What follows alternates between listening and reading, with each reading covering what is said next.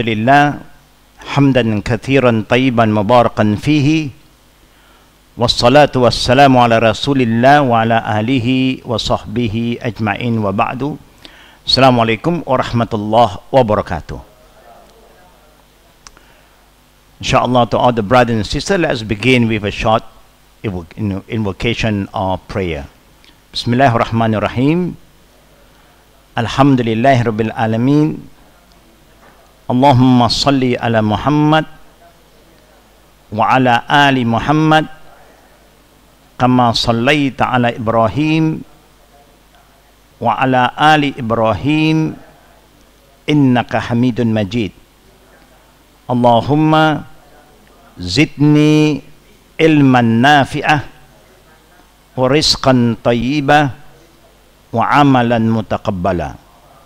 Rabbana atina fid dunya hasanah wa fil akhirati hasanah wa qina azaban nar. Wa sallallahu ala Muhammad wa ala alihi wa sahbihi ajma'in walhamdulillahi rabbil alamin. Amin ya rabbal alamin. All praise due to Allah Almighty, who created all of us for a very noble purpose: to know Him, to love Him, and to serve Him, so that Allah Rabbul Alameen will reward us kindly, shower His mercy upon all of us, and He is always there to forgive all our sins. We have a lot of problem in life, but we will never run away from Almighty God, Allah. We will learn how to run towards Him. Because if you try to run away from God, you will never run away from Him. Wherever you go, His knowledge, His seeing, His power is there. But if anytime you're thinking of running, having some problem, run towards God. Meaning, Allah Almighty Rabbul Alameen is there to guide us, to forgive us, to protect us, as long as we are running towards Him. The prayer that we started to recite just now is humbly asking Allah to increase in all of us knowledge. But there are two types of knowledge in Islam: knowledge that benefit you, will get you closer to Almighty Allah, make you more humble, more sincere, not judgmental, a knowledge that don't make you proud, but a knowledge that make you very humble. Like all the prophets, they were guided by Allah with all the revelation. All the great scholars before, they are very humble people. That's why we say to Allah, the Prophet taught us, "O Allah, increase in us knowledge that benefit us." Number one. Number two, we live in this world, we have to eat and drink.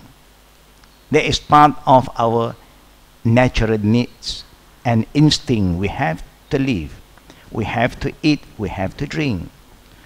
So we always ask Allah to provide for us good provision, healthy food. Why? Because we want to stay healthy. Health is wealth. You can have a lot of money, but when you don't have health, then you know what is going to happen to you. You won't enjoy life.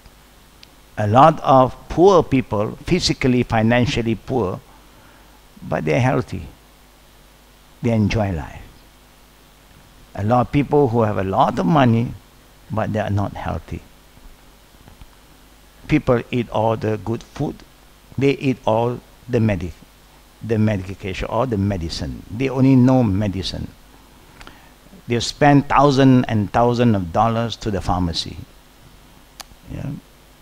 Now the third thing we ask God is, "O Allah, accept all our good deeds." We know in life, I wouldn't say that we are so good, but we are not that bad. We do something good, but in the same time we also do something that is not good. But the thing that we have done good, we hope Allah accept it. The thing that is not good, we also hope Allah forgive us and bring us back to the right path, so that we will do only what benefit us. Because whatever we do good, brothers and sisters, if you have the knowledge and understanding, you will know you are not the only one who benefit the good deeds, but your family also will benefit from you. When they look at you, what is your name, then they'll mention the full name in your identity or identification. You have a father's name with you. So now your father also will be known to the people. This is the son of so and so. And our parents deserve to be honored. We have our own weaknesses which cannot bring them down. It's very, very bad to abuse our parent. How do we abuse our parent? By we doing bad thing, and when people abuse us, our parents' name also will be involved. That's how you abuse your parent. And anybody talk bad about their own parent, cursing their parent, is a great sin, because they don't deserve that. They have given us the best. We should try our best to honor their good name.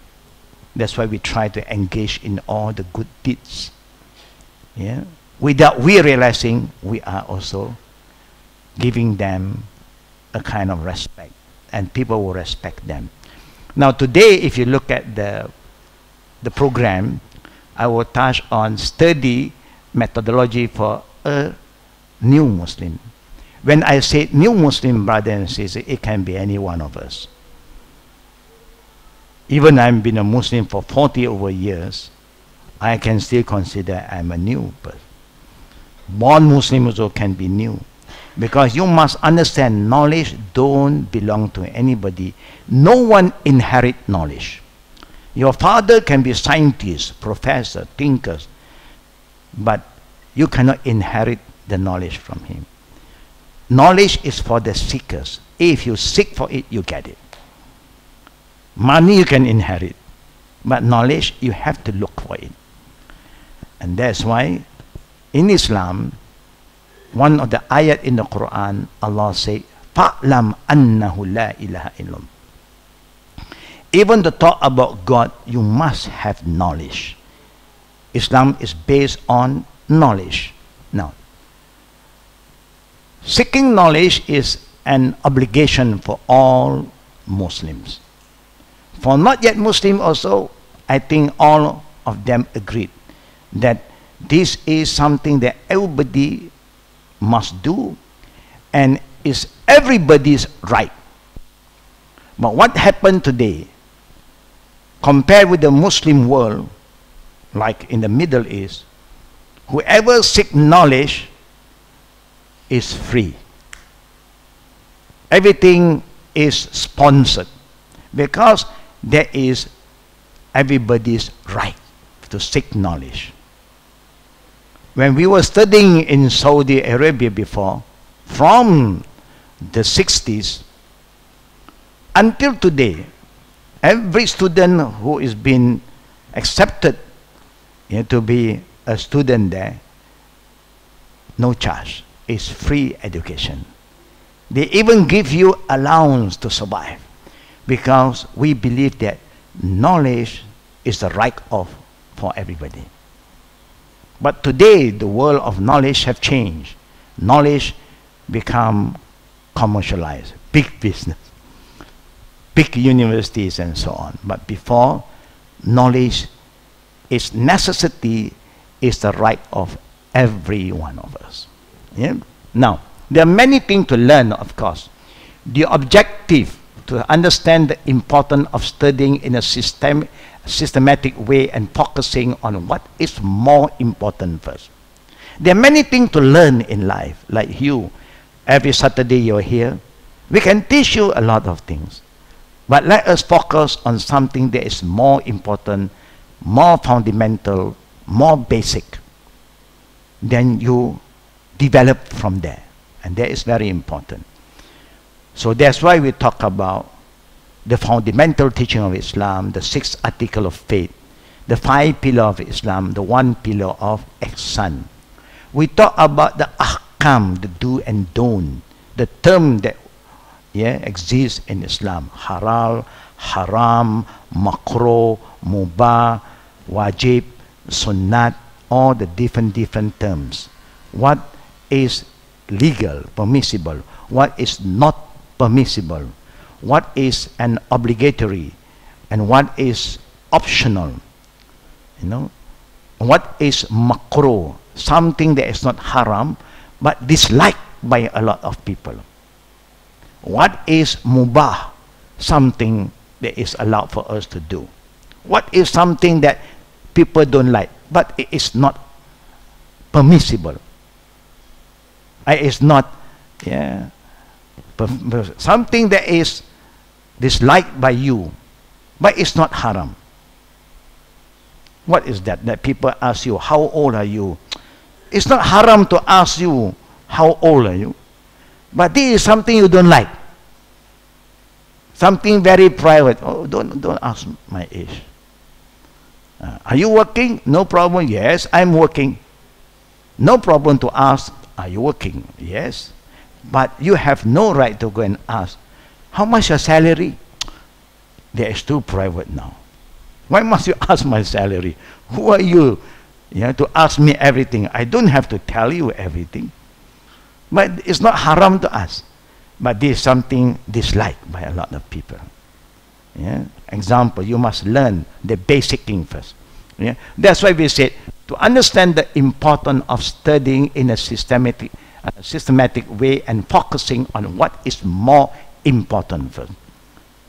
We may thought that there's so many to learn, but what is more important? The foundation, the fundamental teaching of sin, the basic principle, all the important terms.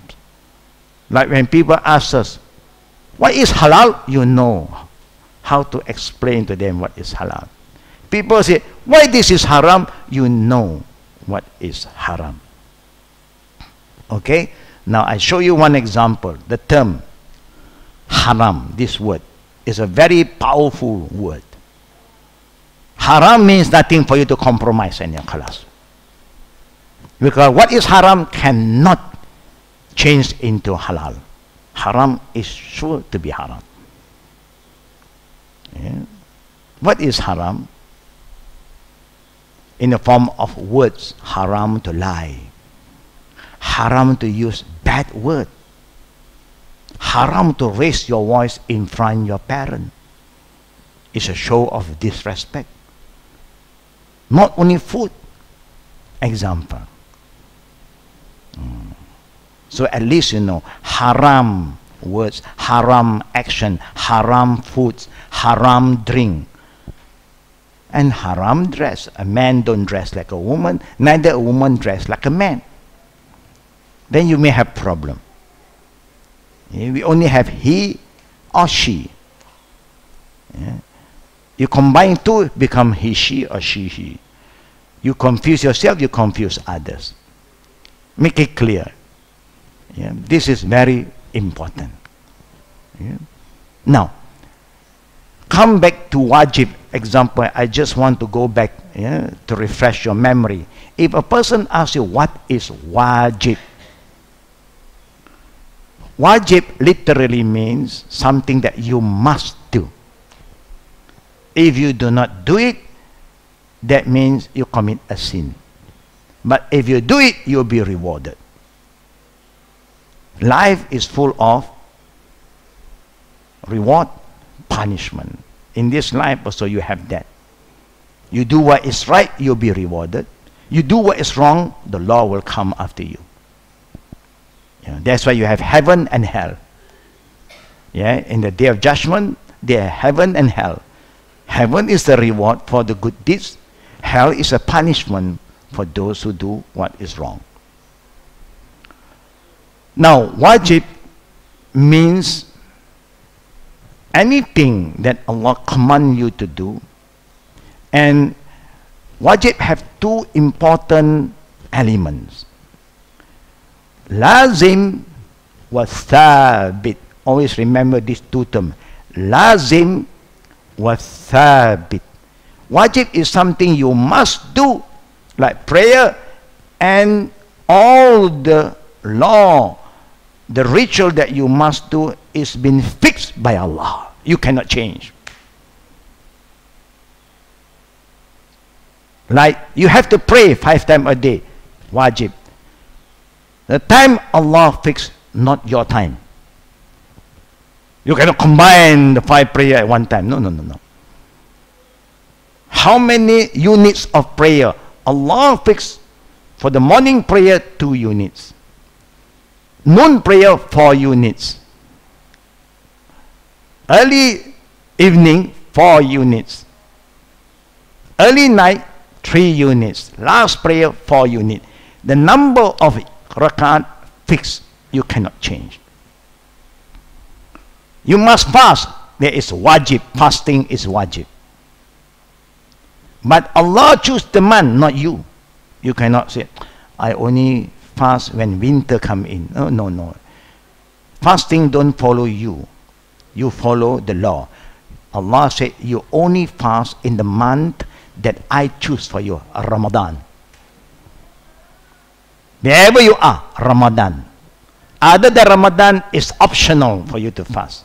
Ramadan is fard. It's wajib for you to go to Mecca to perform Hajj once in your lifetime. Time Allah fixed in the month of Zulhijjah. You cannot go other than that. Other than that is Umrah, no Hajj. And the day of Hajj, 5 days. 8 Zulhijjah, 9, 10, 11, 12 minimum. Maximum 6 days. Finish Hajj. The one who travel early or come back late is because of the arrangement, Hajj arrangement, because of the movement, the traffic, so everybody will have their time. But the real Hajj, 6 days. Finish Hajj. Where you go to Hajj?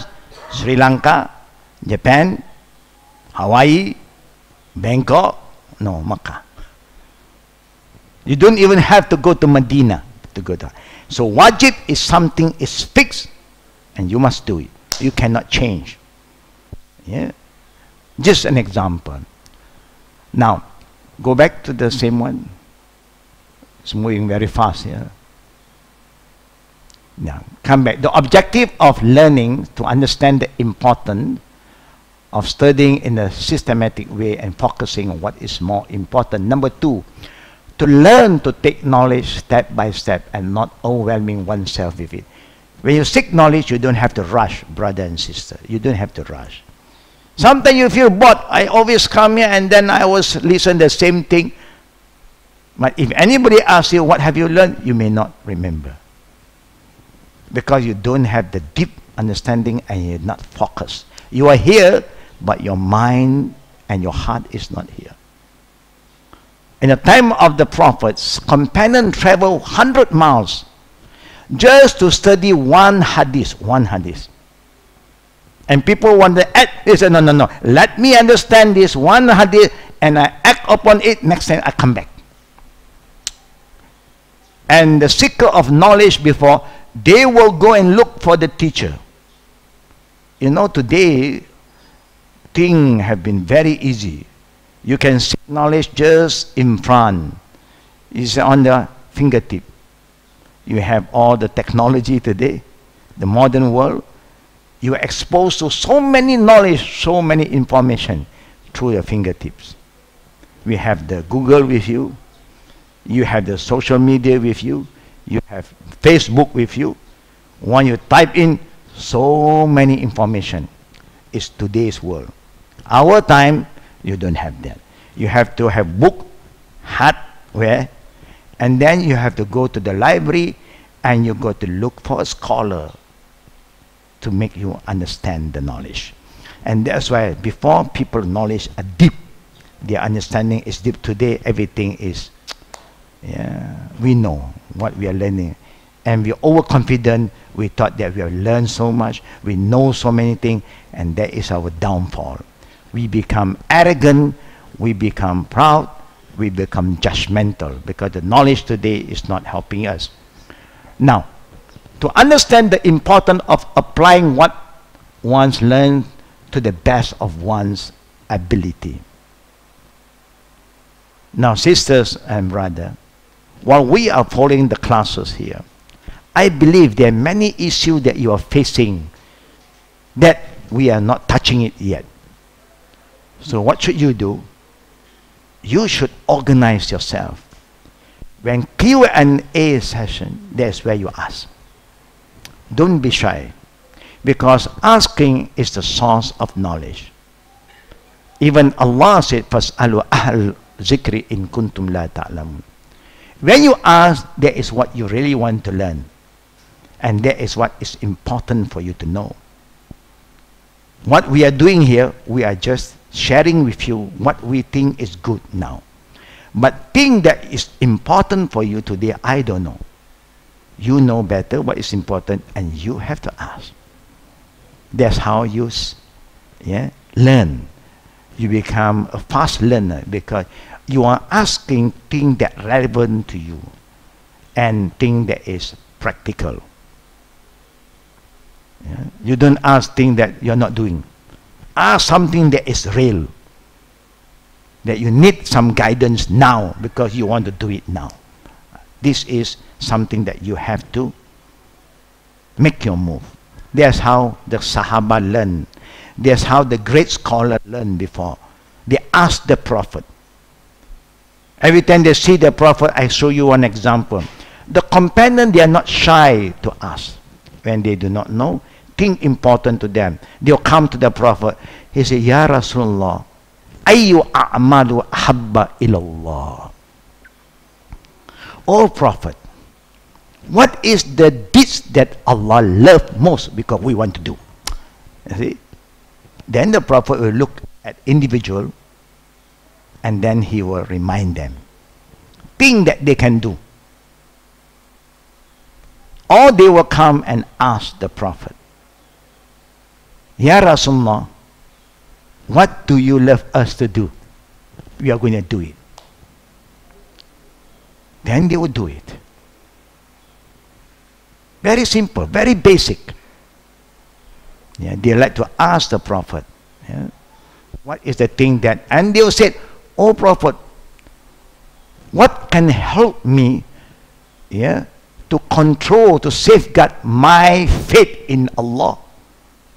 They ask, "Tell me something that will safeguard my faith in Allah." When the Prophet look at the person, the Prophet know that he have a problem.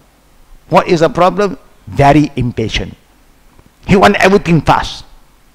So the Prophet said, number one, sabar, be patient. Or that person always have problem because he's hot temper.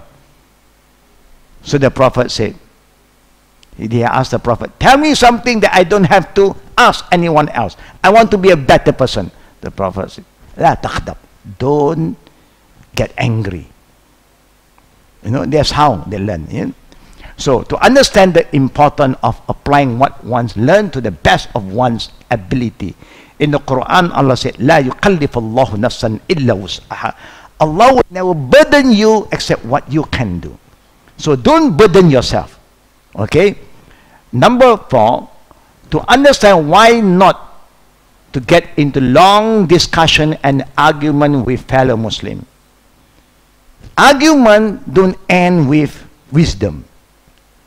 Argument always end with hatred and also dissatisfaction, anger, and bad feeling. I give you one example. When you have a discussion, how are you going to discuss if you come into the meeting with a mindset you cannot discuss anymore? You must come in with an open mind. And when people say, "Any opinion?" you give your opinion. Now, after you finish giving your opinion, You give a reason why you come up with the opinion. I'm showing you the way. Why you come up with this opinion. You give your reasoning. You give your proposal. Then, now, finish your side. I ask the second brother, how about you? You have no right. I disagreed with him. I think no. We didn't ask for disagreement. Neither we asked for your agreement. We are asking from your point of view. What do you think you like to do? You say, I think I like to do in this way. 1, 2, 3, 4. What is the reason? This is my reason. Khalas. I'll go to the third person. What do you think about this issue? I didn't ask your agreement. I didn't ask your disagreement. I asked for your opinion. Don't argue. Because when you say, I disagree, another person, I also disagree. Now finish.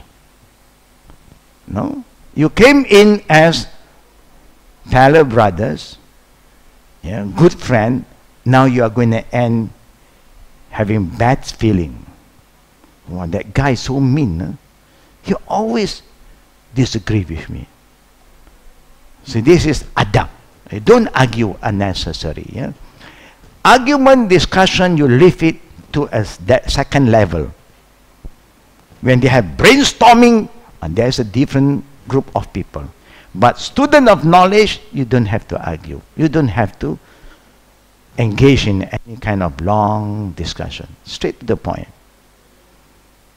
You must learn how to be humble. That's how you learn. If you are not humble, you cannot learn. Because you have that kind of problem. Attitude problem. Yeah? It's like man and woman. It's like the boss. The boss is always right. How to talk to the boss? You can't. Because he have said the boss is all, keep quiet. It's like the parent. That's why they said, brother and sister, to seek knowledge, you must have the power of listening. Sama. Remember, listening is one of the means of seeking knowledge. If people don't want to listen, that means very hard for them to increase their knowledge. So be a good listener. When you want to understand your children, listen what they have to say to you. You want to understand your friend, listen. You want to understand your wife, listen. Normally before marriage, you always listen. After marriage, no more listening. After marriage, you listen. No, both sides must listen. When somebody is talking, you just listen carefully. And then you see, you get a lot of information. Yeah? The last one about to learn about being humble in seeking knowledge. Always feel that you don't know. That's why there is a wise saying that in this world, you are going to face 4 groups of people. Rajulun alim wa ya'lamu annahu alim fata'allama minhu. You have one group of people who are knowledgeable people, scholars, and they know that they have knowledge. This group of people, you can learn from them. The second group, rajulun ya'lam wa la ya'lam annahu ya'lam fahuwa na'im fa'ayqizuhu. There will be a second group of people who have knowledge, but for some time they have not been practicing their knowledge. Is that you have been reciting Quran, you learn how to recite Quran, then you abandon the Quran for years. Now you become ignorant again. You forget a lot of terms now. So the second group is a person who knows, but he has not been practicing. He is like sleeping. He forget a lot of things. So you just have to wake him up, shake him up. Hey, you have been learning before. Yes, before, 10 years ago. That means you have some basic. You are not ignorant totally. You just need somebody to wake you up, shake you up. Okay, yeah. Then the third group, رجل لا يعلم ويعلم أنه لا يعلم فهو جاهل فعلمه. The third group is the people who don't know. They are ignorant, but they accept, they are humble to say, I don't know. They acknowledge that they don't know. And this group of people, you can teach them. Because they acknowledge that they are ignorant, then you can teach them. It's like children. You can teach the children very easily. Why? Because they know they don't know. They may not attend to you. They may not be focused when you're talking to them. But they will learn. They pick up a lot of things. Now the last group. رجل لا يعلم ولا يعلم أنه لا يعلم. This is the Arabic saying. رجل لا يعلم ولا يعلم أنه لا يعلم فهو أحمق فابتعيد عنه. The fourth group of people who are ignorant, but they never admit that they don't know. So they are double ignorant. This kind of people, you cannot teach them. No way you can talk to them. Because the minute you open your mouth, they are going to respond. The minute you want to say something, they are going to respond. How can you teach them? It's easy to teach the one who are ignorant and they admit, they acknowledge that they don't know. But this group, they don't know, but they don't know that they don't know. How can you teach them? You can't. Yeah. So you must learn how to be humble in seeking knowledge. It's like children and parents. If the children don't ask the parent is not going to share with them a lot of things now. But if you keep on asking, Father, what do you think about what I'm doing? What do you think about my idea? Then you see, when you humble yourself, your father will come in. Mother, what is your opinion about what I plan to do?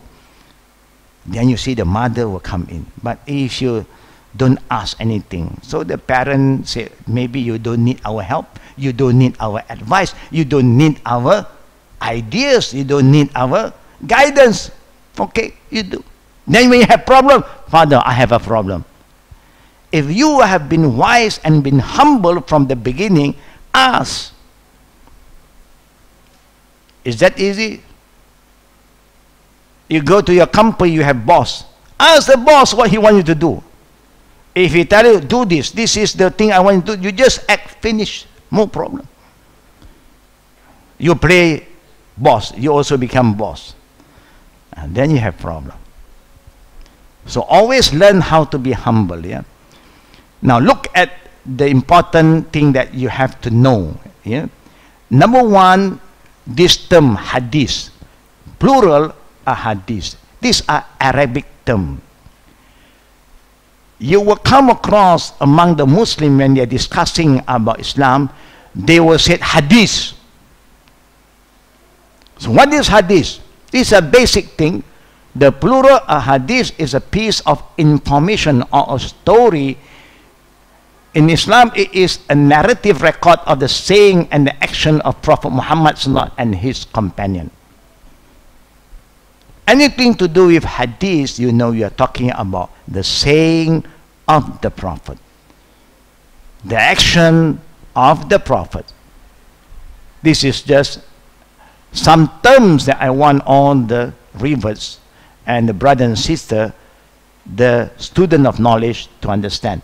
Salah, Because Arabic word salah means prayer. Yeah? The Arabic word to denote a direct connection between the believer and God, Almighty Allah. More specifically in Islam, it refers to a formal 5 daily prayer and is the most important form of worship, where the time is fixed, the number of units fixed, and you cannot change. Yeah. The Arabic terms again, literally salah means dua. Literally salah means prayer. But the terminology, Islamic terminology of salah means kullu af'al wa aqwal muftatihatun bitakbir wa mukhtatimmatun bitaslim. Every action, every recitation that start with Allahu Akbar and end with Assalamu Alaikum, that is salah. If you say dua can be any time. In the beginning of our class, we also make a prayer. That is also dua. But when you come to the word salah, you know, it is a form of prayer where the action and the recitation will start with takbir al-ihram, Allahu Akbar, and it will end Assalamu Alaikum. And that is called salah. Azan. You know, when the time for prayer is in, you hear azan. Allahu Akbar, Allahu Akbar. It's azan. But is that salah? No, because that azan don't end Assalamu Alaikum. No. It never end with salam. It will end with what? Hayya ala salah, hayya ala falah, Allahu Akbar, Allahu Akbar, La ilaha illallah. Khalas. So that kind of prayer, you don't need to have ablution. But any form of salah, prayer that start Allahu Akbar, Assalamu Alaikum, you must have ablution. Understand, yeah? Now it's important to understand the term sometimes. Sahaba, the plural form of sahabi, which translate to companions. A sahabi, as the word is commonly used today, is someone who saw Prophet Muhammad SAW, believed in him and died as a Muslim. Now remember, nobody can claim that I am a Sahaba when you don't live in the time of the Prophet. And nobody can qualify themselves to be named as Sahaba if you don't believe in Prophet Muhammad SAW. You may live in the time of the Prophet, but you don't believe in him, then you are considered a disbeliever, a pagan, a mushrikin. You don't call Sahaba. Yeah. Sahaba is somebody who is very close, very obedient, and you will live and die as a Muslim. Then you call yourself Sahaba. Whether you die before the Prophet passed away or you die after the Prophet passed away, but you must end your life as a Muslim, then you qualify yourself to be called Sahaba. And when you have the word Sahaba, the ending of a Sahaba, you have this radiyallah.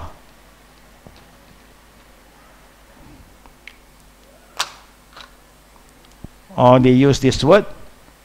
What's happening to all the pen?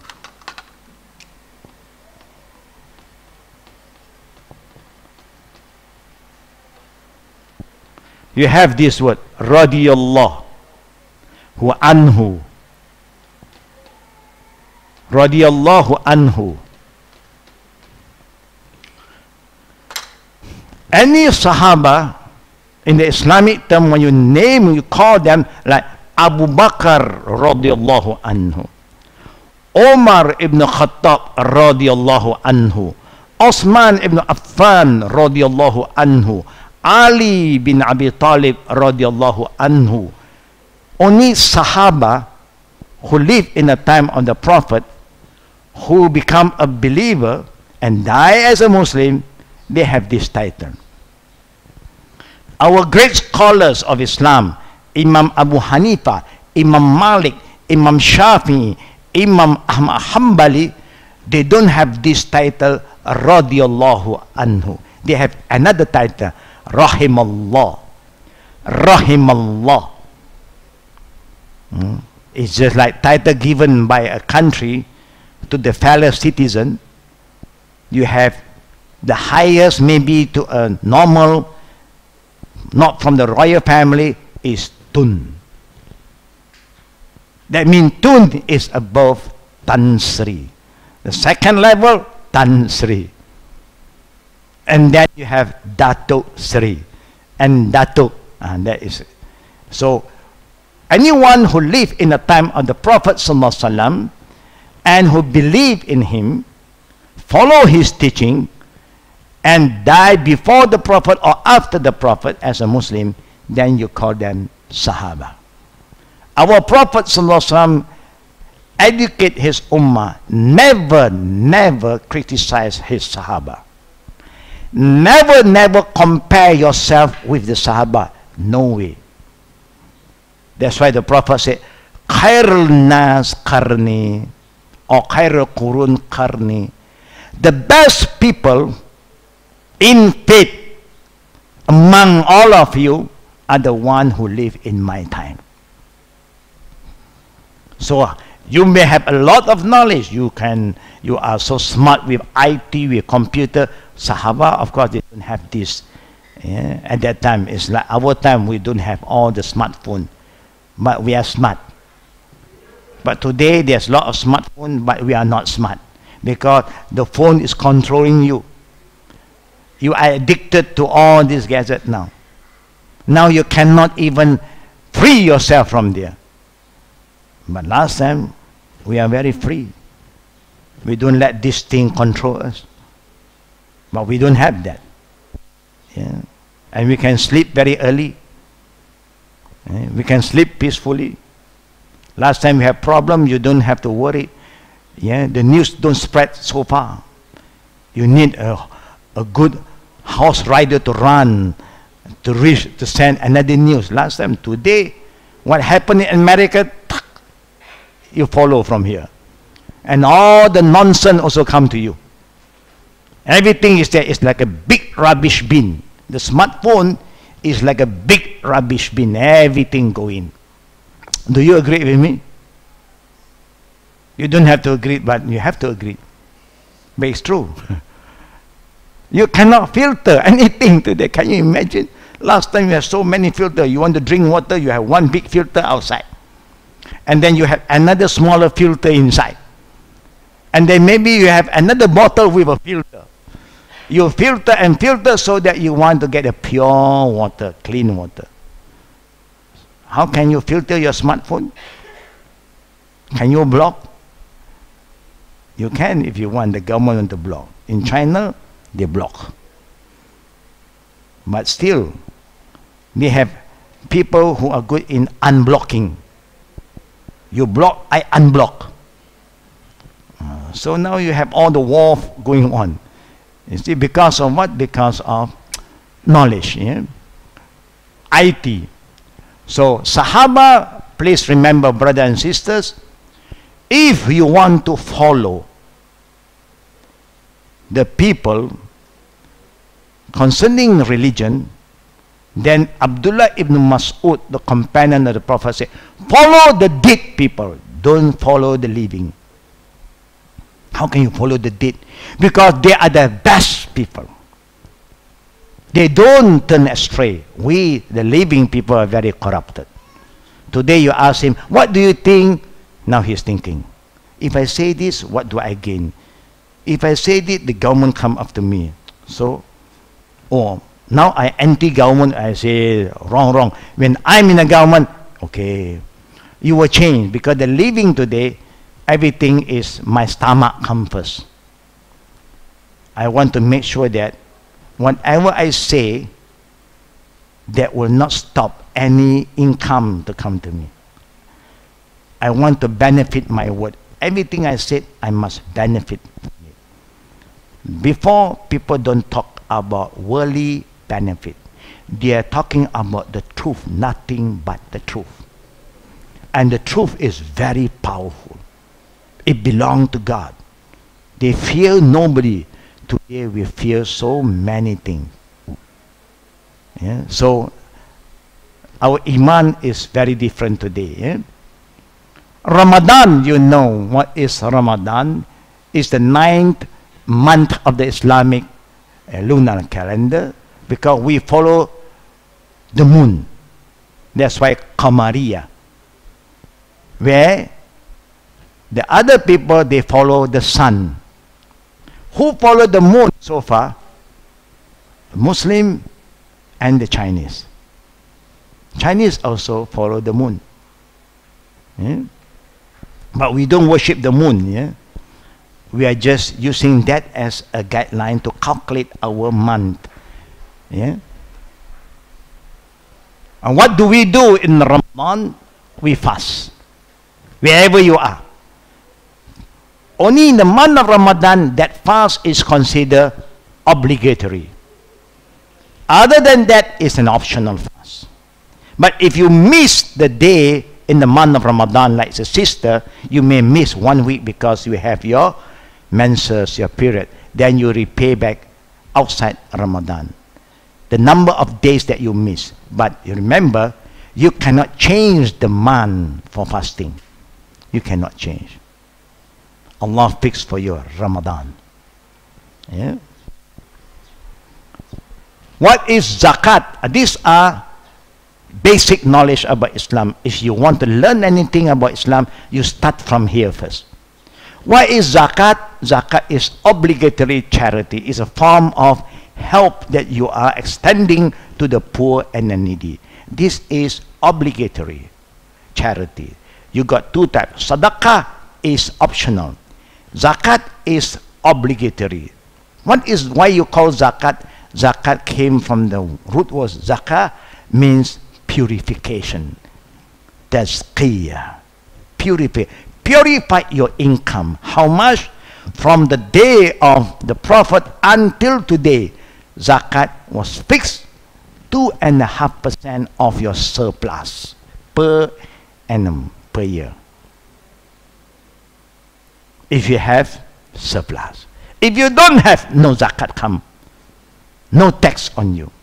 You see how loving, caring, understanding Allah Almighty to all of us.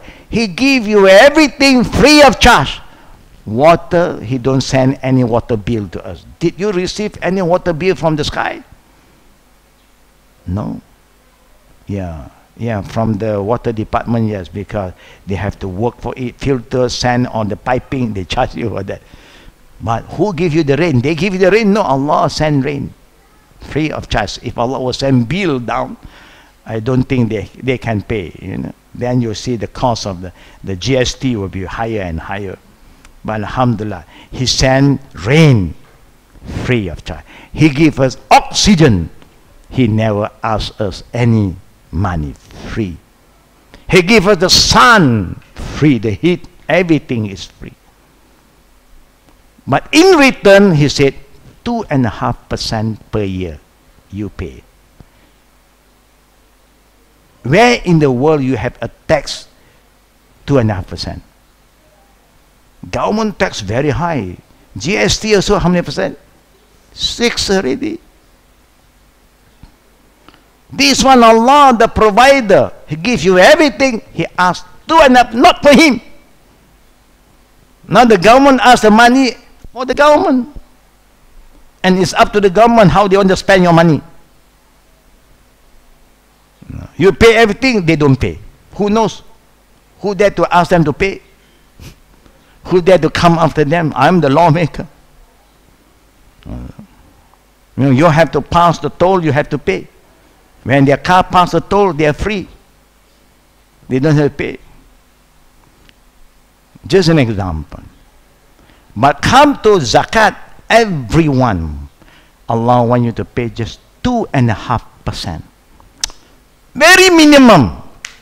Not for Allah, to purify your income so that you help the poor and the needy among yourself.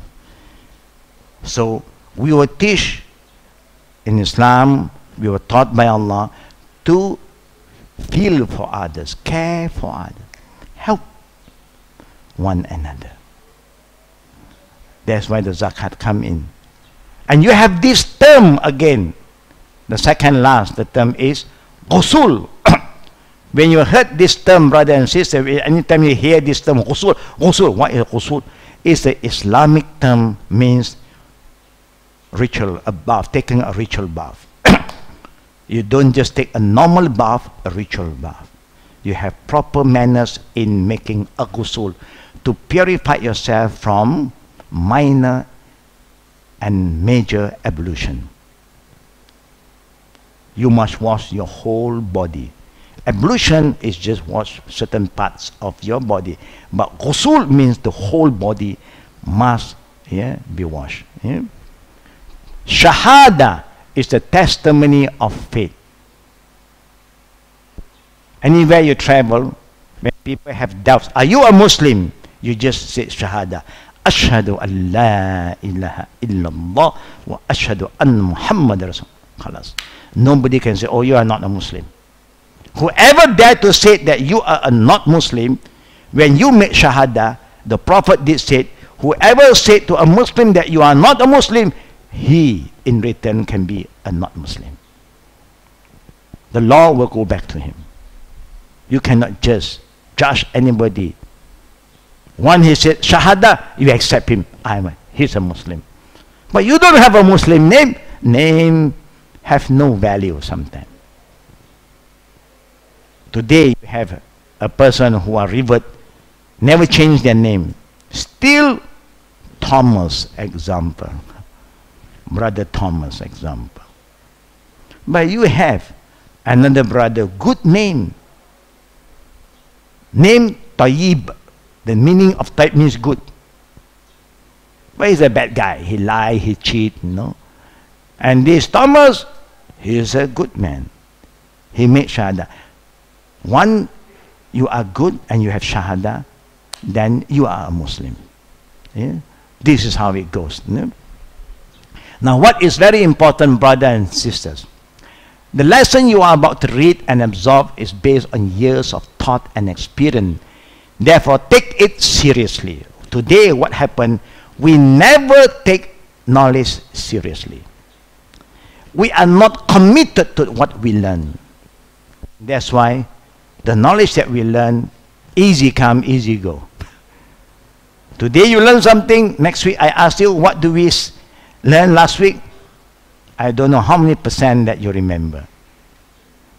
Why? Number one, our memory is too busy with so many things today.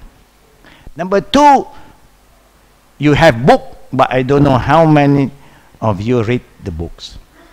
Number three, most of us never come here with a book and a pen. You don't write it down. The important one, you don't have to write everything in detail, but the point form, you write it down. Then at least you improve. You are serious, you are committed. First, learning is not essential to following most other religion, but accepting Islam is a commitment to lifelong learning. In other religion, learning is up to you, but in Islam, is compulsory to seek knowledge. You must seek knowledge. If not, then remember what Allah said in Surah Isra. وَلَا تَقْفُ مَا لَيْسَ لَكَ بِعِلْمٍ. Don't ever say or do anything that relate to Islam without knowledge. Why? Inna sam'a, your hearing. Wal basar, your seeing. Wal fu'ad, your heart, will be questioned by Allah in a day of judgment. Don't do an act of ritual without knowledge. then you don't know the value. Why you pray? You must know why you pray. What are you reciting in your prayer? You must feel, you must know. Why you say Allahu Akbar? What is Allahu Akbar? You must understand. Then you feel different, inshallah. That's why they say seeking knowledge is an obligation upon every Muslim. But how? Like what we said to you, do it properly. What is most important for you, you learn, you ask first. Don't have to argue, just listen first. Later on, when you have more knowledge, you are still confused, then you can have further discussion. So may Allah guide us, may Allah help us, brother and sister. Then don't forget 2 things I want you to remember today. Be a good listener if you want to have knowledge, and be humble. Then knowledge will flow easily into us. Without these 2, you are going to fail yourself. And no teacher can help you. So listen and also be humble. May Allah guide us. May Allah increase in us knowledge that benefit you and me. And when you have the knowledge, brother and sister, please act upon the knowledge. Start to act upon the knowledge. And you see the result and the fruit of the knowledge. Yeah. So may Allah protect us. May Allah forgive us for what we have been doing, because we are not so committed to our knowledge. That's why there's no changes in us. Even we have been learning, attending classes, but in reality, our attitude, our character, our behavior is not changing at all. May Allah forgive us for that. Amin ya Rabbal Alamin. Wa bila tawfiqi wal aqri da'wana walhamdulillahi alamin. Inshallah, Sharif is coming in to lead you in the second part, inshallah. Assalamu alaikum wa rahmatullah wa barakatuh. Subhanakallah wa bihamdika, ashhadu an la ilaha illa anta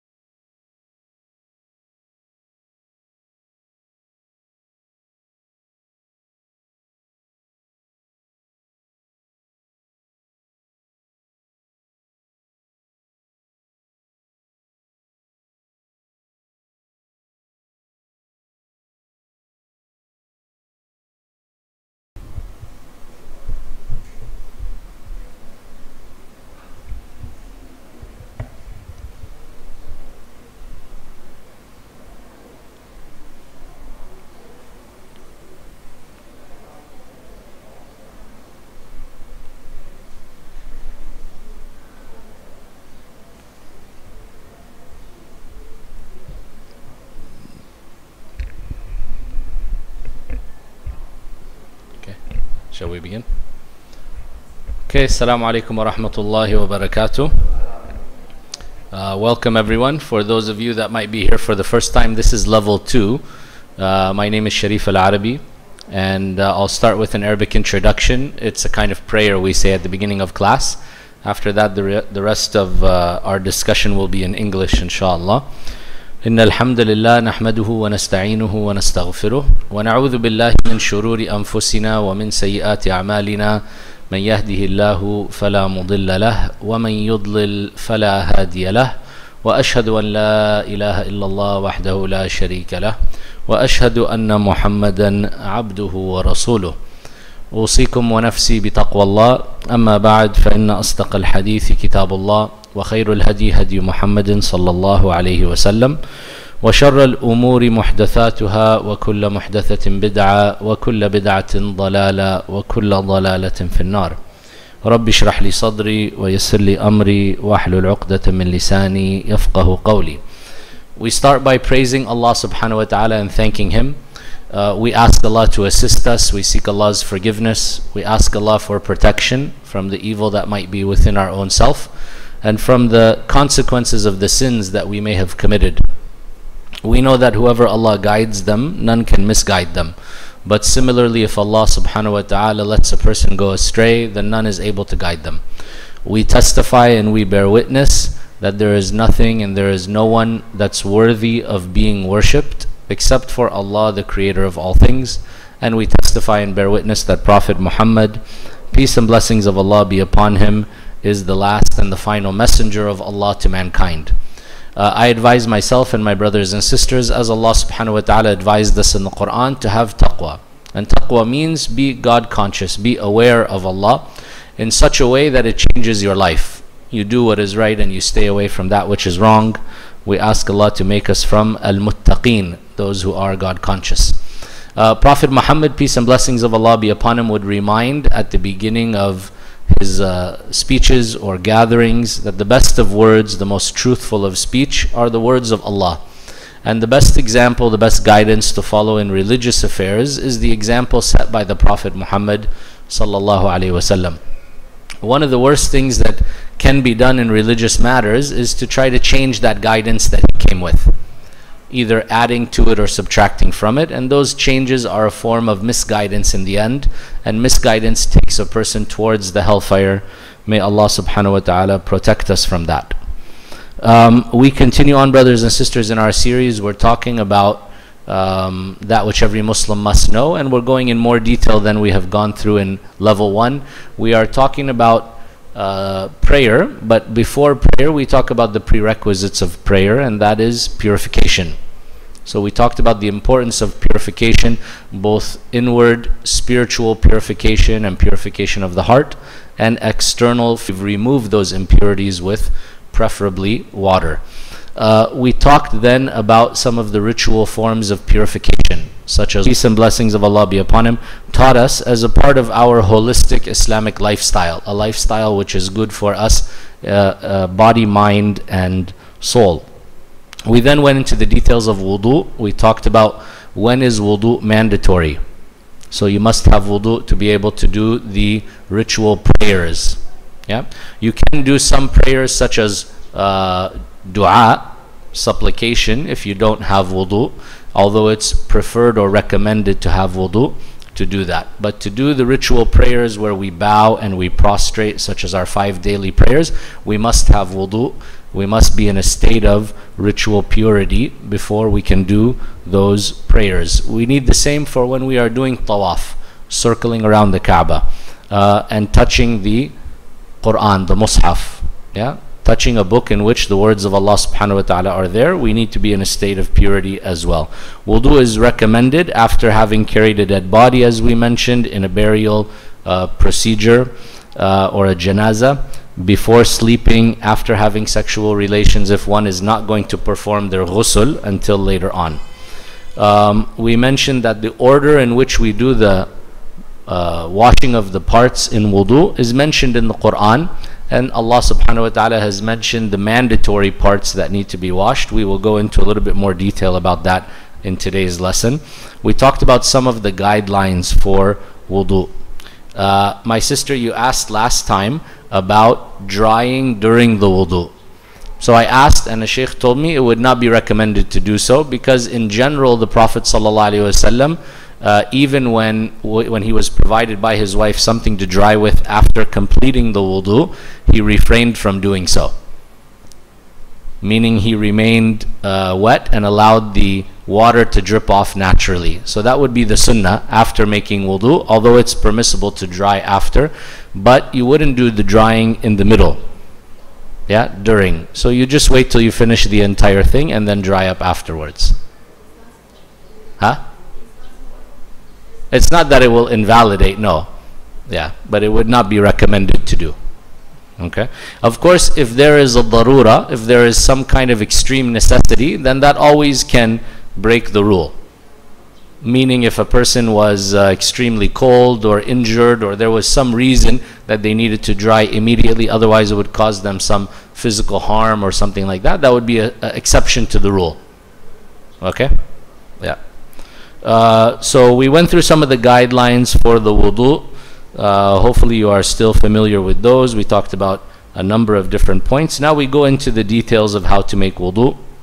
The first thing that we need to do, and that is a condition or a pillar of every action in Islam, and that is the niyyah, the intention.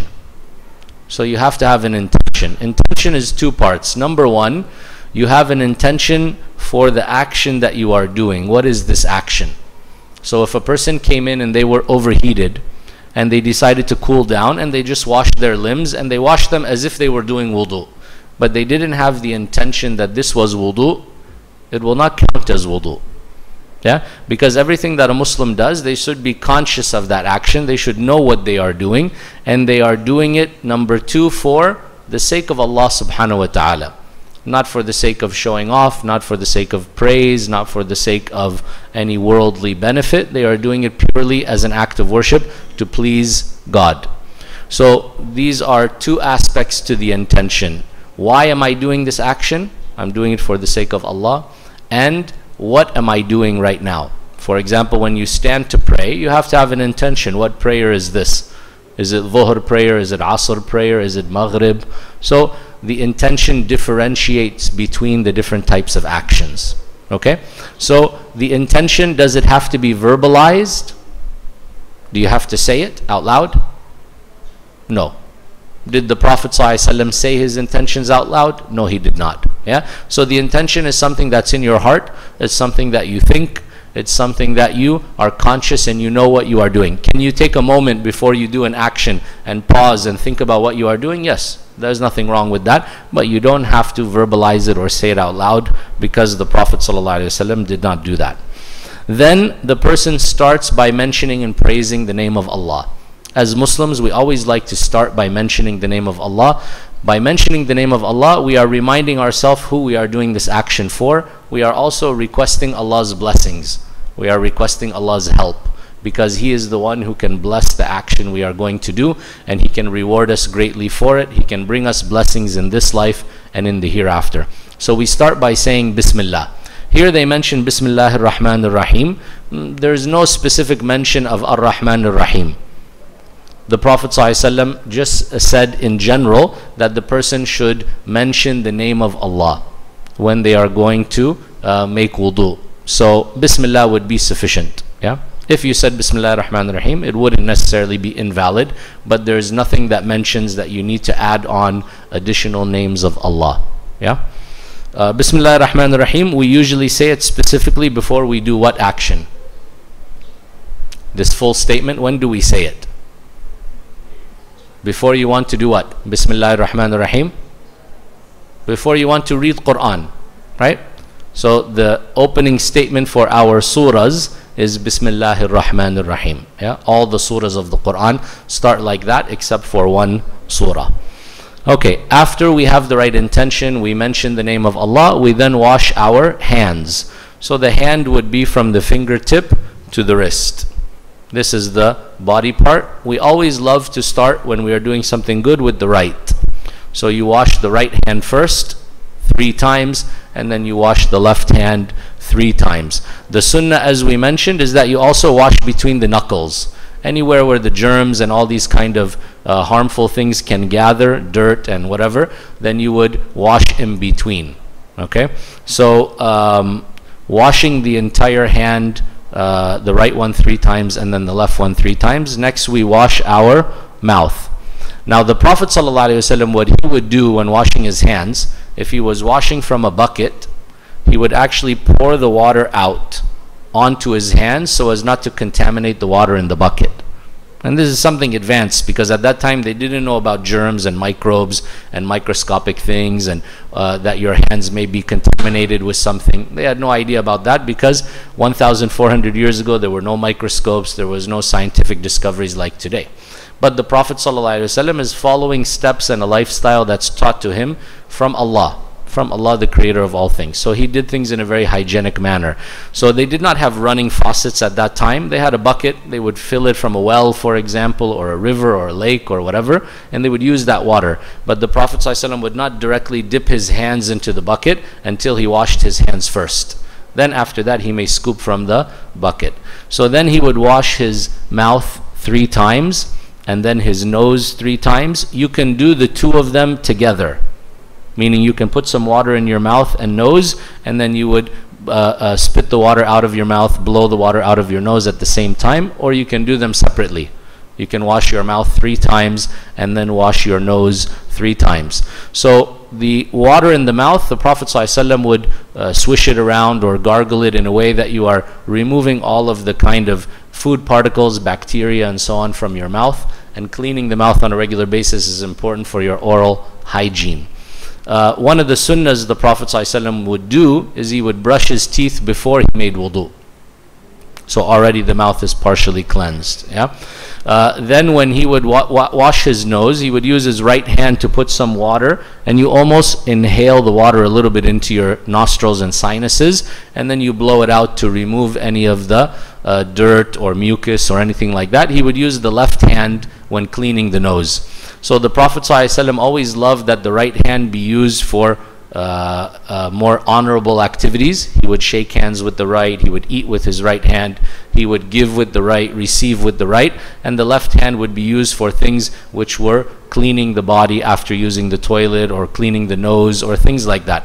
And again, this is intelligent today because we understand that germs can be passed. So if a person is having the mucus on the right hand and then you shake someone's hand, you can get them sick when you pass something to them and so on. So this kind of etiquette that the Prophet ﷺ taught has many benefits, even though the people of his time didn't fully understand that. But they followed his way very precisely because they knew it was something which would be beneficial for them in this life, and also it would be rewardable in the hereafter. Meaning, when you try very precisely to copy the Prophet ﷺ in these kind of actions, Allah will reward you for that. You will get good deeds in the hereafter. So after one rinses their mouth, it's preferable to do it 3 times. It's okay if you did it only 1 time or 2 times, but the most complete way would be 3 times. You don't do beyond 3 times. So the Prophet ﷺ never did 4 or 5 times or anything like that. So we stick to that as a limit. So you wash the mouth 3 times, you wash the nose 3 times, you then wash the face. So the Prophet ﷺ would wash his entire face 3 times, and it's sufficient to pour water on it, but it's preferable to rub your hands on the skin. Remove any of the dirt, the sweat, any of the filth that may be on your skin. The Prophet ﷺ would wash his entire face, which means from the top of the forehead where your hairline would start, even if you're bald, it doesn't matter where the hairline should be, and then to the chin and also to the ears. So this entire area the Prophet ﷺ would wash. Because he had a thick beard, he would put his fingers into the beard and he would wash down to the skin, and he would wipe his entire beard. So the sunnah is that you wipe the beard, preferable that you clean inside of it for those that have a thicker beard. The Prophet ﷺ would wash his entire face 3 times. Again, it's sufficient if you washed it 1 time or 2 times. Whatever you are doing, you should stick to it. Let's say you did all the body parts 1 time, that would be fine, or 2 times. Preferably you do it 3 times. So you may do it less times, for example, if you don't have a lot of water, or if you didn't have a lot of time and you want to catch the prayer. Next, the Prophet ﷺ would wash his arms. So the arm is from the fingertip to the elbow. Allah mentioned in the Quran that you wash the arm up to the elbow. So we are talking about the forearm. So the Prophet ﷺ, when he would wash it, he would be sure that he washed all sides of it. If you just run your arm under the faucet, so the part that's not facing the water may be dry. So it's important that you ensure that the water covers all sides, and you use your other hand to rub the water around to clean that organ very good. The Prophet ﷺ would wash the arm including the elbow. So if you were to go up a little bit above the elbow, that's fine as well, to ensure that you got everything wet. The hand is included in the arm again, so you would again wash the whole organ. You do the right one first and then the left one. Preferably you are doing it 3 times and then the other one 3 times. Okay, so you can see that this is also very good for one's physical health. It's also invigorating. As you rub the organs, you are getting your blood circulating. You are preparing yourself as you are going to go for the prayer. So it makes you more energized, more alert before you are going to stand in the prayer. You don't come to the prayer and you are half asleep and unconscious, right? So all of this is a kind of preparation. We also believe spiritually, as we mentioned, that as the water is dripping off after you've washed yourself, sins are being washed away as well. So Allah is very kind. He gave us many opportunities to have our sins forgiven. Washing for the prayer is one of those great opportunities that the sins, they wash away with the water that is dripping off. So we wash our arms, as we said, the right one 3 times, the left one 3 times. Then we wipe the hair. So you don't need to have a lot of water. All you would do is just wet your hands, and then with those damp hands, you would wipe over the hair. The sunnah is that you wipe from the front to the back, and then from the back to the front, 1 time. Yeah, so this one is the exception. You don't do it 3 times or 2 times. There is some opinion in some madhabs that you do more than once, but the majority believe you only do it 1 time.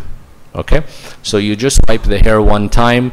And with the same water, you don't have to wash your hands again. You also can wipe the ears. So the Prophet ﷺ would use his index finger to wipe inside the ear, and then his thumb to wipe the back of the ear. And again, the ears, you only need to wipe them 1 time. Okay? After that, you wash your feet. So the feet is from the toes up to the ankle. So you make sure you wash your heel. You wash your heel, you wash the bottom of the foot, the top of the foot. So you have to make sure, just like the arm, that you get all sides of the foot wet.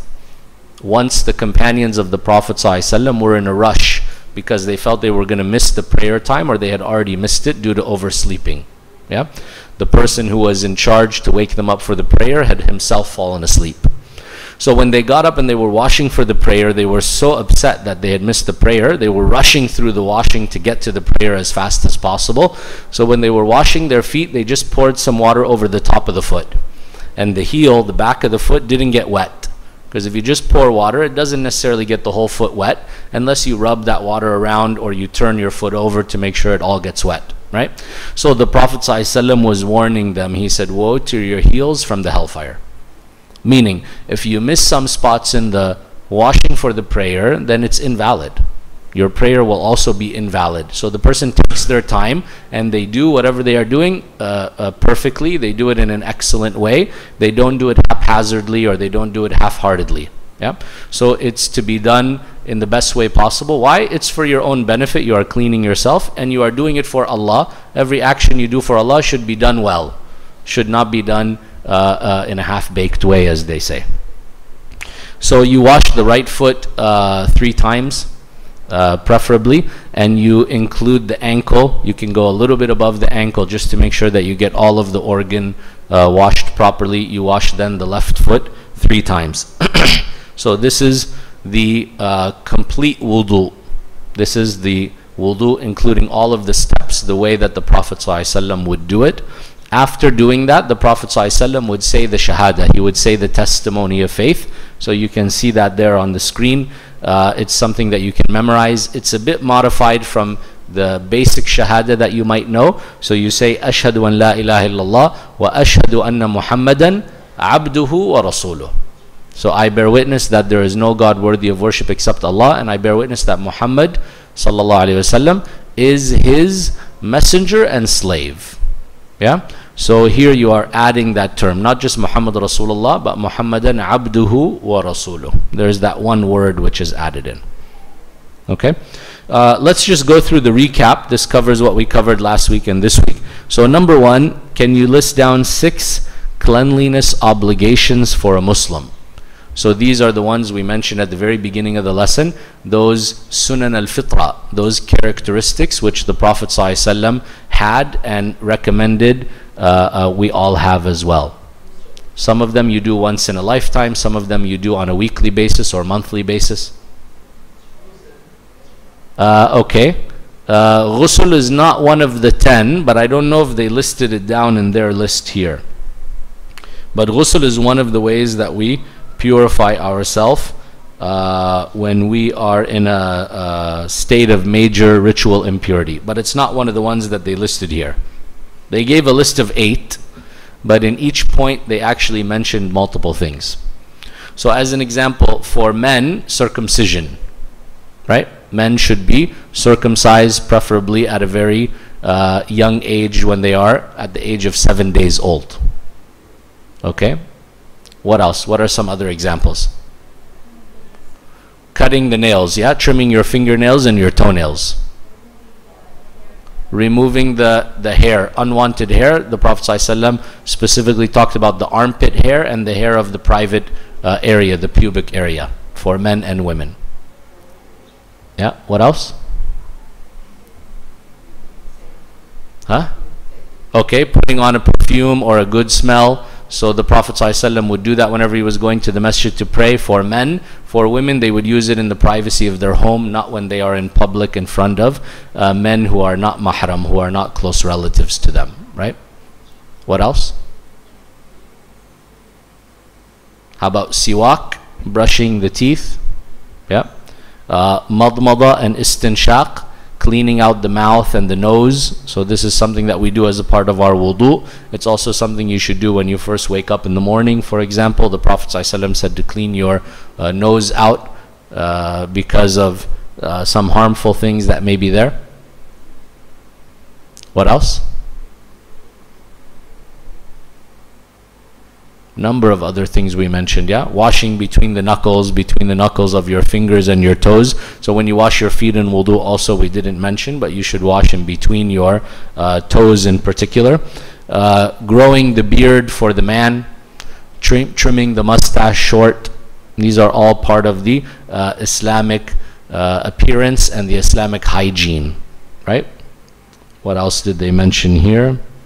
They said gray hairs should not be removed, but they can be left or they can be dyed, but you don't pluck the white or gray hairs out. The Prophet ﷺ prohibited us from doing that. The person should ensure that their clothes, their mouth, their body is odor free and that they are clean. For example, you don't eat raw onions or garlic before going to the masjid for prayer, right? We talked about all of these things. Okay. The second question, so if you cannot remember these points, then we didn't learn. Remember, yeah, what we've said. Learning is what you retain. Learning is not what you hear and it goes in one ear and out the other, even if you understood it while you heard it on the spot. If you don't remember it, if you don't retain it, then no learning took place, right? You just heard some information and you spent some time listening, and that was it. So this is why it's important for us to take notes. This has been shared with everybody, yeah? I think it's sent out by email, it's sent out by WhatsApp and all that.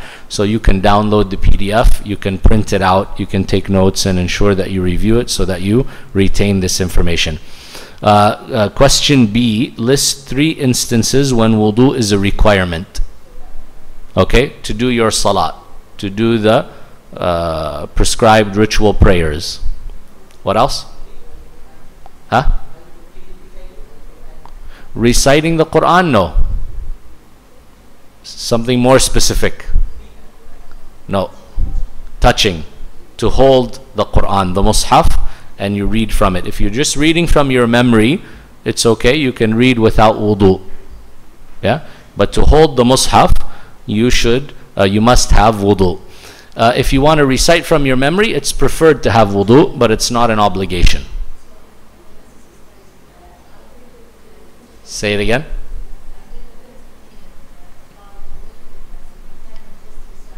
Yeah. Yeah, like you said, there's a difference of opinion. Some scholars said they should not recite at all, even from their memory, even just looking at the mushaf and not touching it and so on. Others said no, it's permissible. The opinion that I lean towards is that it's permissible if they are not directly touching it. Yeah, Allahu Alam. Okay, especially scholars said if there is a reason for them to recite. For example, there's a class they're a part of, or they have a daily review that they do regularly all the time. They are memorizing Quran and they must review every day certain portion, otherwise they will forget it. Things like that. Yeah. Huh? So reciting from the mobile for men and women would not require wudu because it's not a mushaf. Right? So even though you have an app on your phone that has Quran, it's fine. You can touch it without wudu. But for a mushaf, which is just purely Arabic Quran, then you should have wudu to touch it. Yeah. Okay. So 3 instances when wudu is a requirement. We mentioned only 2. What's the third one? When you go to the Kaaba and you do what? Tawaf. Circumambulating, it's called in English, circling around the Kaaba and saying your prayers. Question C lists 6 regulations with regards to wudu. So we gave a list of like 16 different things we talked about wudu. For example, we said the wudu of men and women is the same. There's no difference in how they make wudu. Right? What were some of the other things we mentioned? Huh? There were a lot of points. Do you remember? Huh?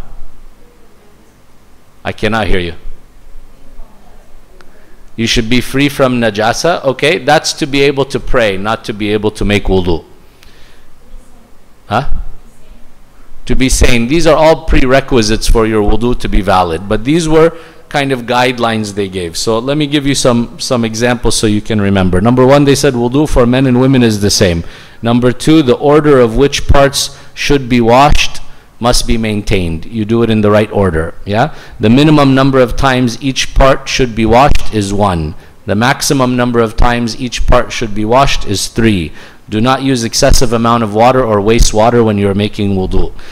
Number 6, there should not be a long interval between washing the parts. So you cannot do half of the wudu, then go watch a TV show for 20 minutes, then come back and finish. Yeah, you would already be invalid if your body part, they said, naturally dried, meaning that's you've waited too long, right? There should, if you skip a part, you can go back to that part and continue on from there again. If you realize that you had skipped something, if you remember after you already finished and you dried yourself and a long time has passed, then you would need to make the whole wudu over. Do not dry any part until you have completed the full wudu. It's acceptable to extend beyond the prescribed part. As an example, you may wash higher than the elbows or ankles, right? The water must be clean. The water itself needs to be clean. When necessary, it's permissible to speak while performing wudu, but it's preferable just to focus on your wudu and finish it without speaking. The Prophet ﷺ in particular didn't like to mention the name of Allah until he had finished his wudu. Wudu is not valid if there is a waterproof substance on the area that you're washing. We talked about nail polish, paint, grease, anything that prevents the water from getting to the body parts that you are washing, whether your skin or your hair or your nails, then that would make your wudu incomplete or invalid. Anyone who is unable to control their urine or their gas, or a woman that bleeds at times which are not her regular menses or her postnatal bleeding, so those people still have to pray. And what they would do, we said, is wait till the prayer time has come in. They would then wash themselves with water. They would put on something which would prevent that impurity or najasa from coming out. Put on a pad or some kind of a diaper, for example, for the elderly who cannot control their urine or their stool. And then the person would make wudu and they would pray. Yeah, even though these najasas are continuously coming out. Number 14, you can wipe over the socks or shoes. We will talk about the rules of that. There are no supplications in the sunnah that should be said while you're making wudu. Some cultures or countries, they teach people, you make a dua at each body part you wash in the wudu. There is no such thing. The Prophet ﷺ would just say a dua, as we mentioned, after the entire wudu was completed. And these were the kind of guidelines or points that they mentioned, right? The last one, perform all the actions of wudu in its proper sequence. So let's act it out all together. Okay? So if you're going to make wudu, what's the first thing you do? It's an action of the heart. And that's your niyyah, your intention. You know what action you're about to do. You remind yourself you're doing it solely for the sake of Allah and to please Him and to earn His reward. Yeah? Number 2, you do what? You say verbally, Bismillah. Number 3, you then wash what? Your hands. So we can act it out. You can demonstrate it, right? So you are washing your hand. You are washing the right hand 3 times. You are washing the left hand 3 times. You are washing in between your knuckles as well. Okay? So that's the sunnah, that you wipe the entire area from the fingertips to the wrist. After that, you wash what? Your mouth. Yeah? So you are washing the mouth 3 times, swishing the water around, spitting it out. Then you wash your nose 3 times. So you use the right hand to put the water in. You blow it out with your left hand. You do that 3 times. After that, you wash your face, right? The entire face. If you are a man, you have a beard, then you clean inside that hair and you get down to the skin of your face, right? So you wash your entire face 3 times. After that, you wash your arms from the fingertip to the elbow. You wash the entire arm, all sides, wiping it with the left hand, and you do that 3 times. So you wash the right one and then the left one. After that, you get your hands wet with new water, and then you just wipe over the hair 1 time back, 1 time forward, right? After that, you wipe your ears. You can use the same water to do that. Use your index finger on the inside, your thumb behind or the outside of the ear, right? You just wipe the hair and the ears 1 time. You then wash your feet 3 times, washing the right one, 3 times washing the left one, washing in between the toes and the heel and all the way up to the ankle. Okay, this is the entire wudu. If anyone needs help with that or wants someone to physically demonstrate it, let us know. We can do that for you, inshallah, after the class. Here they talk about some of the new words and expressions. If you can scroll up, brother. So here when they put 2:45, this is referring to the surah number. Surah is the chapter in the Quran. How many surahs are in the Quran? 114 surahs. So when they put 2, it means surah number 2, which is Surah Al-Baqarah. When they put 45, they're talking about the ayah number, the verse number. So they are saying this is chapter 2, verse 45. So when they put that reference in parentheses after a verse of Quran, you know how to look it up if you wanted to look it up in the Quran. Okay? You had a question, sister? You were trying to ask? No? Adhan. Adhan is the name of the Muslim call for prayer. In some cultures we say azan because we don't know how to pronounce the but it's adhan in Arabic. Adhan literally means the call that you make to tell people that the prayer time has started. Yeah. Ayat. Ayah is the singular, ayat is the plural, and that means verses of Quran. And ayah literally means a miracle, a sign from Allah. Why? Because each verse of Quran is miraculous. Each verse of Quran is a sign of Allah's oneness and greatness in and of itself. And that's why many of the companions of the Prophet ﷺ, when they just heard 1 verse of Quran, they became Muslim. Why? Because it moved them and impacted them so much, because they understood the Arabic language and realized that that was a statement that could only have been said by Allah, by God, and not by any human being. Kaaba. Kaaba is the masjid. It's the one in the center there with the black covering over it. It's the first masjid, we believe, or mosque that was built on earth for Allah to be worshipped in. It was built by Prophet Abraham and his son Ishmael. Mahram. The word mahram is a male relative whom a woman has a special relationship with. So for example, her husband, her close relative like her father or her brother or her son. These are people that she could shake hands with. She doesn't have to wear hijab in front of them.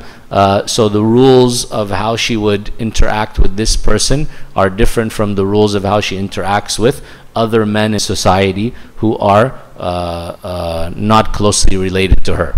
Right? So men who are co-workers or neighbors or family friends, they don't have the same ruling, meaning they cannot see the woman without hijab, they cannot have physical contact with that woman, and there are various rules that need to be followed. Miswak. The word miswak is a tooth stick. As we said, it comes usually as a root or branch from a specific type of tree. In it there is a kind of natural juice which kills the bacteria in the mouth, and it also, when you peel the bark off and bite on the end of it, it becomes like the bristles of a toothbrush. And so the Prophet ﷺ and people until today use it to clean their mouth and brush their teeth. And it's a sunnah to use such a thing. Niyyah or niyat, as we say sometimes with the T at the end, is talking about the intention. Quran is the holy book of Muslims, similar to the Bible in Christianity or the Torah in Judaism, and we believe it's the book that was revealed by Allah to Prophet Muhammad, peace and blessings of Allah be upon him. The Shahada is the Arabic word we use for the testimony of faith, right? And that is to say that there is only one God and that Muhammad is the messenger of Allah. Shaitan, that's the Arabic word for devil, yeah? So it can be used to refer to multiple devils, not just Iblis, the main devil, right? So shayateen is the plural, devils, and it can be a word that's used for human beings or jinn who are evil or wicked.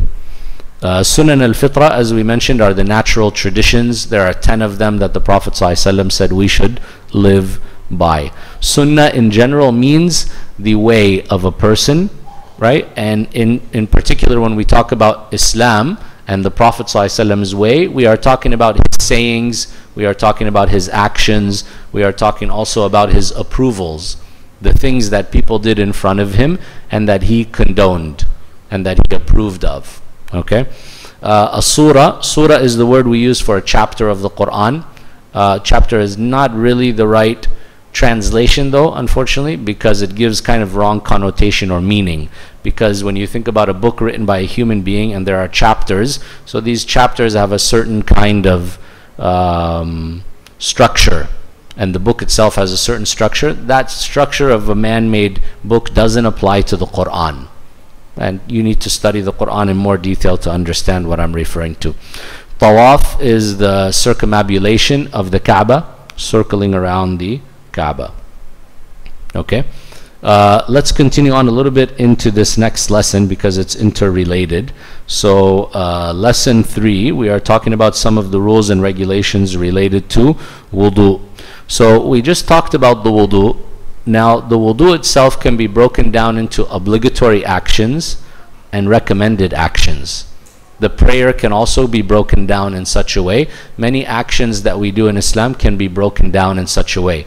The Hajj, Ramadan, Zakah, and so on and so forth. Meaning, there is a perfect and complete way to do something, and then there's a minimum standard that needs to be done of that action for it to be acceptable. Why is it important for us to learn that and understand that? Because at times we may have a reason that we're going to do less than the full and complete and perfect way. Or we may have made a mistake or forgotten something. Now if you forget a sunnah act, meaning you forget a recommended or voluntary act, there's no harm, there's no sin, there's no problem. But if you forget an obligatory act, then that could impact the validity of that act of worship, meaning it will not be acceptable. It will be considered incomplete. Okay? So that's why it's important for us to study and learn more details about something like this. So now we described to you the complete and perfect wudu. That was obligatory and recommended acts altogether.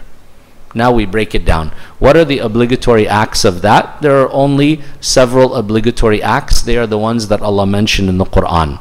So it says here the following acts are mandatory for the wudu to be valid. If any of them are not done, then the wudu must be redone. Number one, the intention. Why? Because the Prophet ﷺ said, all actions are in accordance with their intention. So you must have an intention. And the intention must be the right intention. Number two, you wash the face at least once. That means we skipped washing the hands, the mouth, the nose. We just washed the face because Allah mentioned that in the Quran when He described wudu. He said, wash your face. Number three, washing the forearms, including the elbow. So from the fingertip to the elbow, washing the entire arm. You need to do these at least one time. When would you just do this very minimum wudu without all the recommended acts? For example, if you had a very small amount of water and you said, I have enough water to make wudu, I don't need to do tayammum, but I don't have a lot of water to make the full wudu, so I'm just going to do the minimum one. Or maybe you were in a big rush and the prayer is going on, you want to catch the prayer, so you did only the minimum acts so that your wudu is valid and you would go ahead and join the prayer. Number four, wiping over a portion of the head. And number five, washing the feet, including the ankles, at least one time. Okay? So this is the minimum that must be done for your wudu to be valid. So that means several of the movements and activities that we talked about, doing the limbs 3 times instead of 1 time, all of that is additional. All of that is sunnah and recommended. But do we love to do the sunnah? Yes, because the more you do, the more reward Allah will give you. The more you do, the more spiritual, physical, psychological benefit you will get.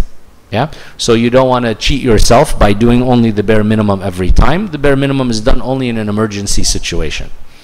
The sunnah, the recommended acts of wudu, the sunnah is what the Prophet ﷺ practiced and which Muslims are encouraged to follow. These acts are not mandatory for the completion of wudu, but whoever does them gains additional reward.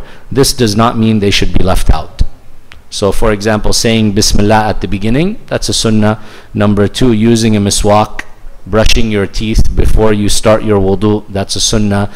Beginning by washing the hands 3 times, rinsing the mouth, rinsing out the nose 3 times, this is all sunnah. Washing the face 3 times and rubbing water into the beard, as we mentioned, this is sunnah. You only need to wash the face 1 time. Washing the forearms 3 times, beginning with the right side and then the left, this is sunnah. Wiping over the head, then the ears once, so adding in the ears. Number 7, washing the feet, including the ankles between the toes 3 times, beginning with the right. Avoiding any interruptions in the middle of your wudu, doing it all continuously without stopping at all. Avoiding wasting any water, and praying 2 rak'ah after wudu. So there's a sunnah, after every wudu you do, you can pray 2 rak'ahs. The Prophet ﷺ praised Bilal radiallahu anhu, who did such an action. Right? The Prophet ﷺ asked Bilal once, he said, I in a dream heard your footsteps in paradise. What is the action you are doing that's going to get you to paradise? Of course he's praying, he's doing all the basic things. But the Prophet ﷺ is asking him, what's extra, what's special, what's additional? The most beloved thing that you do, that you really believe Allah is rewarding you greatly for it, and you will be in a great place in paradise because of it. So Bilal radiallahu anhu said, I really have no idea. I don't know about anything special I do, but there's one thing that comes to mind. There's no time, day or night, that I make wudu, that I lose my wudu, then I make it, and then I pray 2 rak'ahs. Right? So he was always keeping himself in a state of purity, making wudu throughout the day, and he would pray 2 rak'ahs every time he did make that wudu. So that's a sunnah. It's not an obligation to do that. Okay? Any questions? Okay, I'll go ahead, yeah.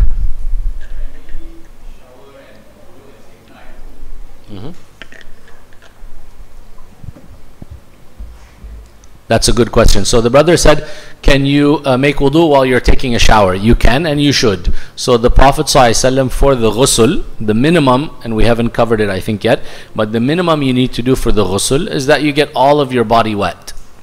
But the sunnah is that as a part of the ghusl, you do wudu. you make wudu in the ghusl. Yeah. Sometimes the Prophet ﷺ would only do partial wudu, and then he would finish at the end of the shower washing his feet. Other times he would do the entire wudu from beginning to end. So wudu can and should be done as a part of your shower. That's fine. Any other questions? Huh? Well, every normal shower you should make it a ghusl. Because if you have the intention that it's a ghusl, you will get rewarded as if it's a ghusl. If you make ghusl, do you have to make wudu? No. Ghusl takes the place of wudu. So let's say you get up in the morning, you go and you take a shower. You can have the intention that's your ghusl. Immediately after, you can go and pray, and that's it. You don't have to do anything else. Right? So if you are taking a shower every day, have the intention that it's a ghusl and get rewarded for that. So by saying Bismillah and starting with the right intention, then your shower is a ghusl.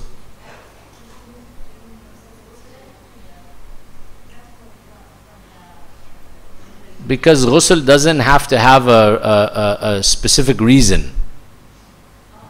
Ghusl doesn't have to be only from janaba or only from period or anything like that, right? The Prophet ﷺ used to take ghusl for every Friday. He used to take ghusl for the Eid prayers. He used to do the ghusl even though there was no state of janaba or there was no state of a bleeding that required some purification. I mean, it can be a normal shower. So what is the ghusl? The ghusl, as I said, is that you get your entire body wet. If I had the intention I'm doing ghusl and then I dove into the ocean and I come out, the ghusl is done. Finished. That's ghusl. Right? You don't have to complicate and say, then after that I have to do something else. No, that's ghusl. That's minimum. The sunnah in ghusl is that you wash in a certain order and a certain way. The Prophet ﷺ used to do it. We'll go into the details of it later, inshallah. Ghusl is a bath or shower. So ghusl literally in Arabic means to wash.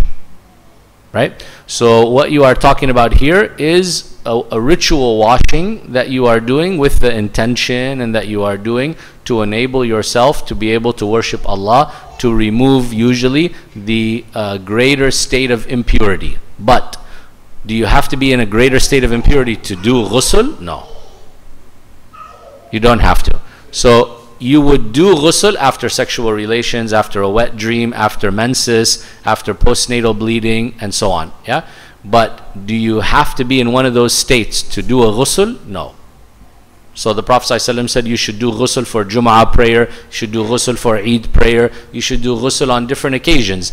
But it doesn't mean every Jum'ah prayer you're coming in a state of janaba. Why? There's no connection, right? Do you understand what I mean? The difference is just the intention, yeah. Let's say right now I come in from Malaysian hot humid day and I want to wash myself because I'm overheated. So I wash my face and I wash my arms and I wash my feet. I just did wudu, right? But if I don't have intention, it's not a wudu. It's just a cooling down and washing off. That's it. So to turn normal actions into worship, you just have to change the intention. It's as simple as that. And that's a great gift from Allah.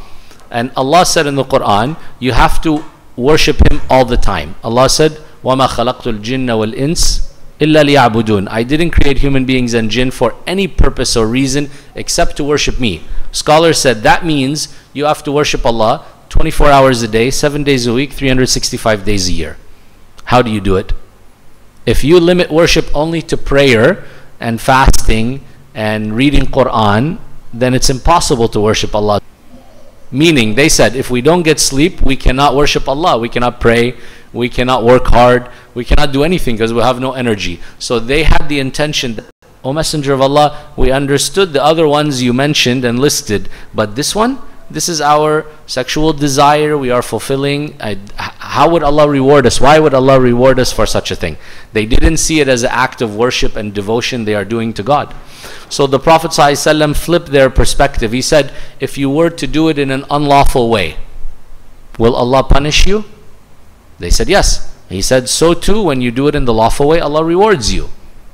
So the ideas, desires need to be fulfilled. That's the way Allah created us. But there's a right way and a wrong way to fulfill your desires. So if you have the right intention and you do things in the halal way, the right way, then Allah rewards you for everything you do. So that means if you have intention, every single mundane action in your life, Allah will give you reward for it. Grocery shopping, playing some game with your children, spending some time with your family, eating. Every single action in your life, Allah can reward you for it if you have the right intention.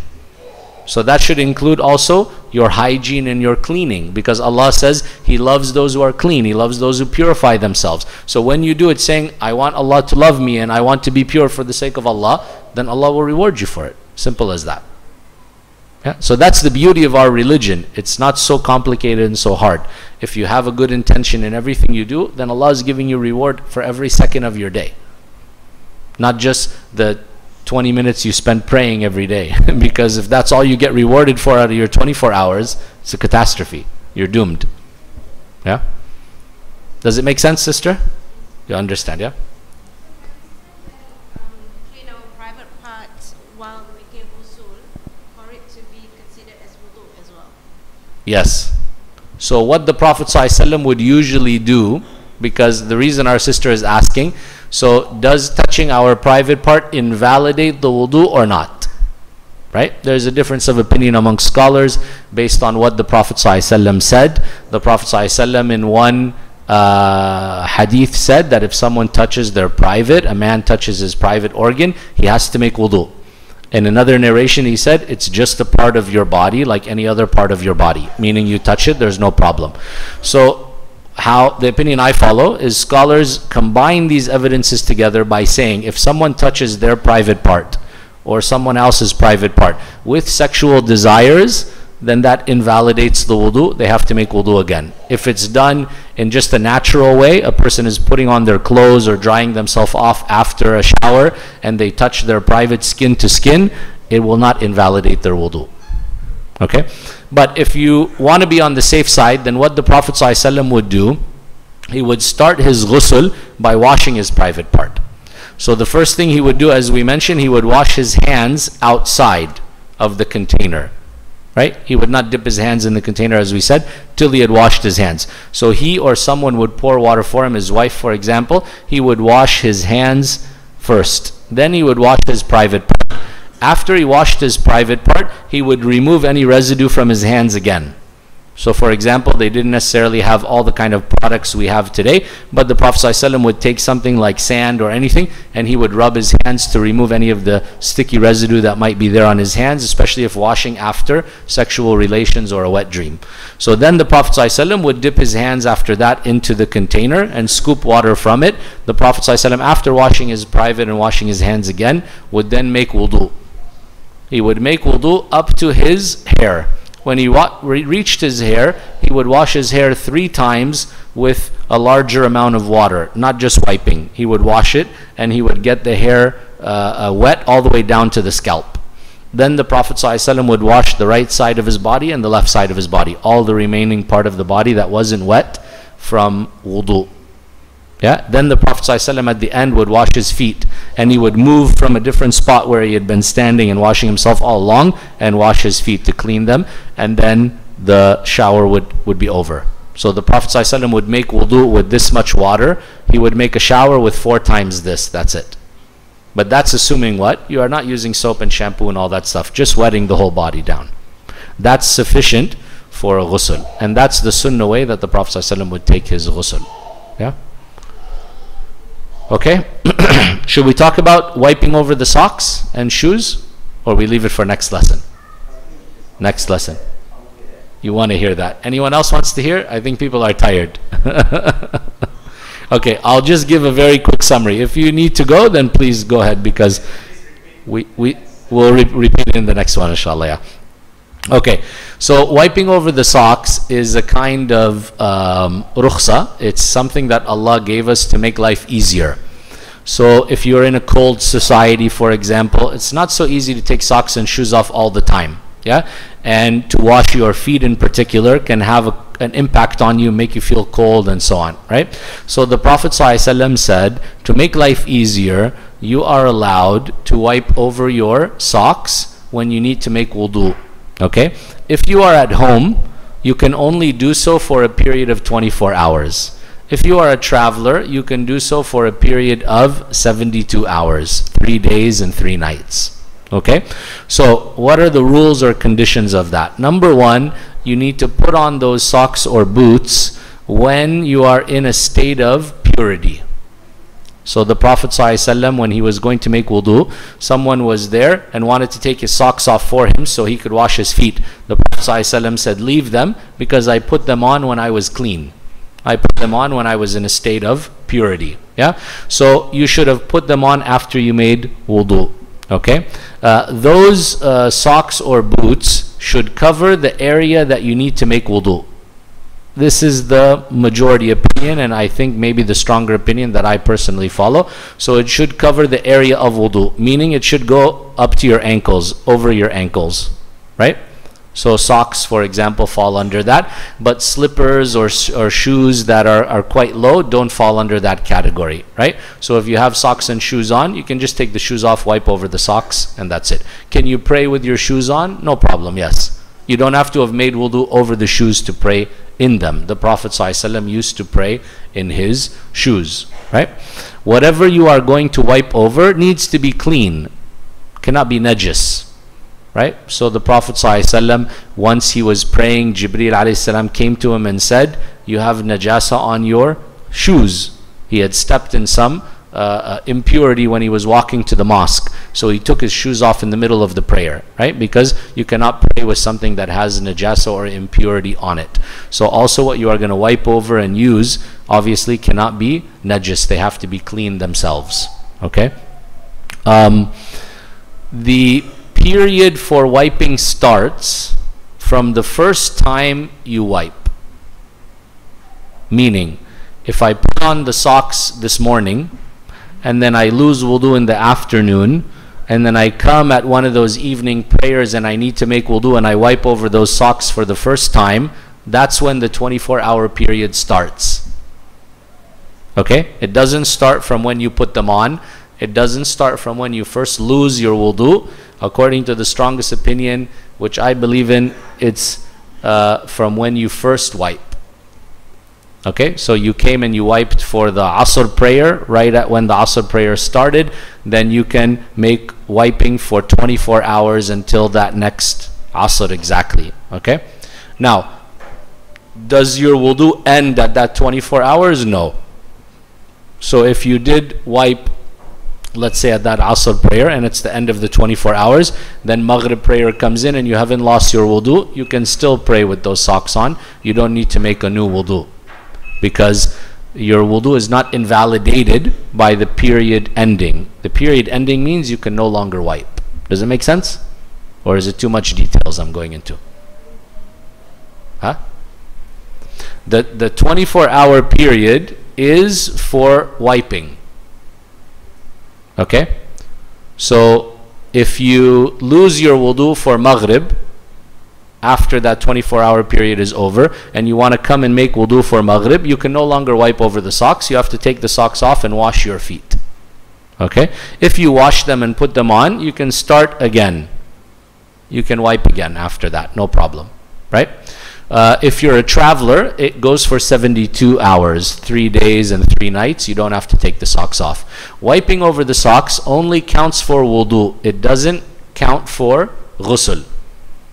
Right? So in the shower, you're going to take a shower or a bath, you need to take your socks off. You don't do any form of wiping or keeping them on as a part of the shower or the ghusl. Okay, is that clear? Yeah.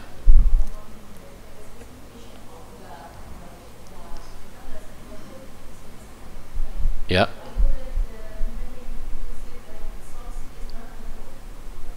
Yeah, some people have the opinion that they must be leather, or they must be a certain kind of thickness or toughness.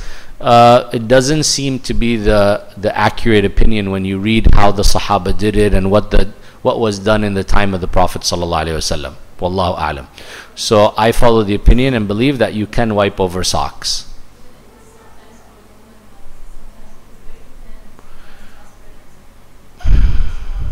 There's some difference of opinion if it's extremely thin.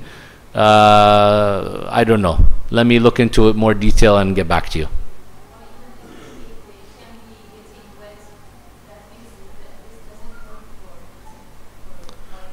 Yeah, I mean, you see, nowadays when we look at the khuffain are made out of like kind of shiny treated leather, right? Which is even sealed, it's not water absorbing and so on. That's not necessarily how the khuf were at the time of the Prophet ﷺ, right? They were not this perfect kind of thing that covered the entire sock and you have a zipper and you just pull it up and the whole thing is waterproof and so on. It was known in the Prophet ﷺ's time that they just wrapped their feet once in rags and they wiped over that, and that was not even covering the foot perfectly, in the sense that there might have been some gaps where skin could be seen and so on, but that was the situation that they were in.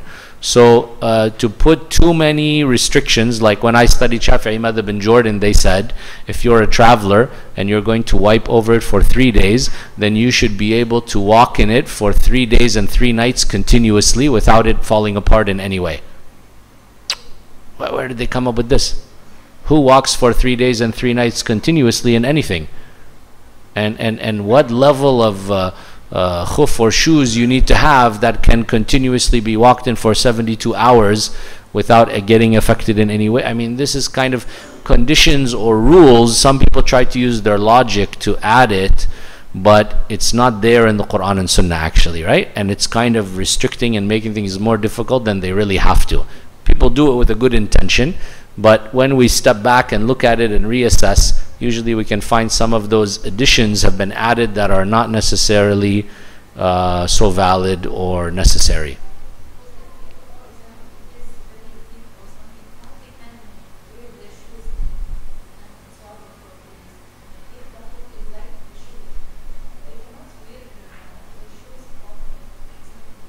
Right.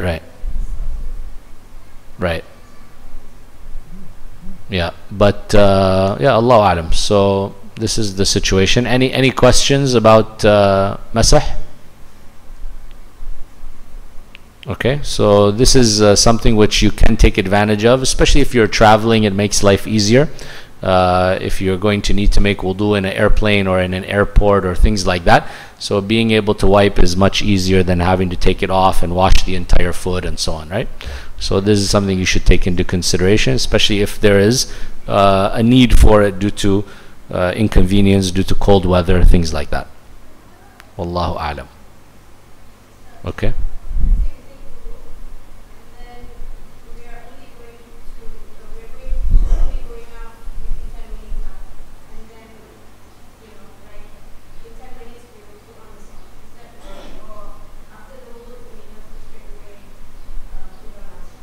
No, what I understood, that you have to just be in a state of tahara. You have to be in a state of purification. So it doesn't have to be right at the minute when you made wudu.